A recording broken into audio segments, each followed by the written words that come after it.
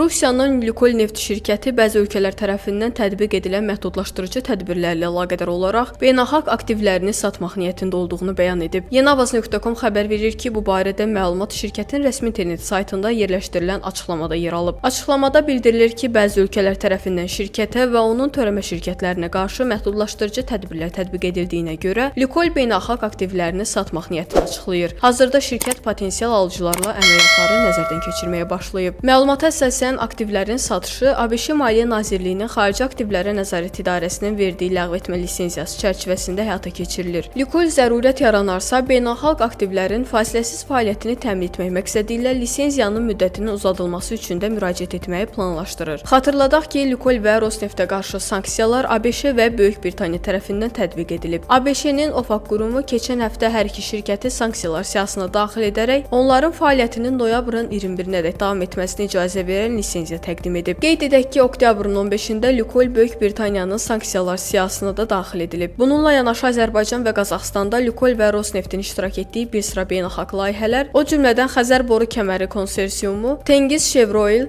Şah Dəniz, Cənubi Qafqaz qaz boru kəməri şirkəti, Azərbaycan qaz boru kəməri layihələri 2027-ci il oktyabrın 14-nədək sanksiyalardan kənarda qalıb. Bundan başqa ötən həftə Lukolun törəmə şirkətlərindən biri olan Litasco Middle East DMCC də Avropa İttifaqının sanksiyalar siyahısına salınıb. Şirkətin açıqlamasına görə Lukol hazırda Azərbaycan, Qazaxıstan, Özbəkistan, İraq, Misir, Kamerun, Nigeriya, Qana, Meksika, Birləşmiş Ərəb Əmirlikləri və Konqo Respublikasında layihələrdə iştirak edir. Bundan əlavə şirkətin Bolqarıstan, Rumıniya və Hollandiyada neft emalı zavodları mövcuddur.